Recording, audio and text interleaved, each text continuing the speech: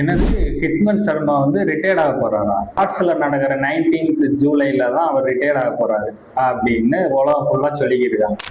கதை என்னன்னா, மீடியாவிலையும் சோசியல் மீடியாவிலையும் எடுத்து பார்த்தோம்னா ஹிட்மன் சர்மா வந்து ரிட்டையர்ட் ஆக போறாரு, இதுதான் அவரோட லாஸ்ட் மேட்ச், 2027 வேர்ல்டு கப்ல அவர் வந்து விளையாட மாட்டாரு, அவர் ஃபார்ம் அவுட்டு, அவர் இனிமேல் விளையாடுறது ரொம்ப கஷ்டம் அப்படின்னு சொன்னாங்க. உங்களுக்கு ஒரு பிளாஷ்பேக் சொல்லுவா, ஸ்ரீலங்கா கூட 264 ரன்னு தனி ஒரு மனுஷனா நின்று அடிச்சதுதான் ரோஹித் சர்மா. ஃபிட்னஸ் எந்த லெவல்ல இருக்கும்னா, தன்னோட வாழ்க்கையில எல்லாருமே இன்ஜுரி ஆகி வெளியே போயிருக்காங்க.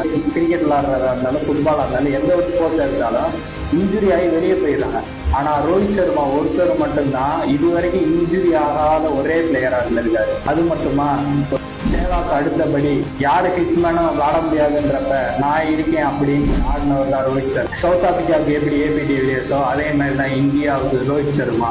ரோஹித் சர்மா ஆட்டத்தை பிடிக்காத மனுஷங்களே இல்லை. இந்த பம்பைக்கா பாட்ஷா, one man army, the king soldier Rohit Sharma is back. 2027 world கப்ல நான் கண்டிப்பா ஆடுறேன் அப்படின்னு சொல்லியிருக்காரு. 2027 வேர்ல்டு கப்ல கோலியும் ரோஹித் சர்மாவும் கண்டிப்பா ஆடுவாங்க. 2027 வேர்ல்டு கப் இந்தியாவுக்கு